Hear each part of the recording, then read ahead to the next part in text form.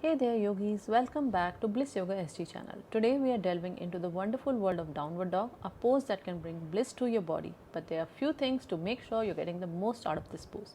So let's dive in. Mistake 1. Jamming your shoulders and neck. A common mistake is letting your shoulders scrunch up near your ears and tensing your neck. Instead, create space. Imagine your shoulders are gently sliding away from your ears. Relax your neck and let the stretch flow through your upper back and spine. Mistake 2.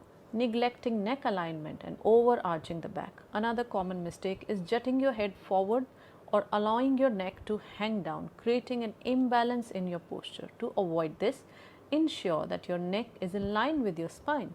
Imagine there's a straight line from the base of your spine all the way up to the crown of your head.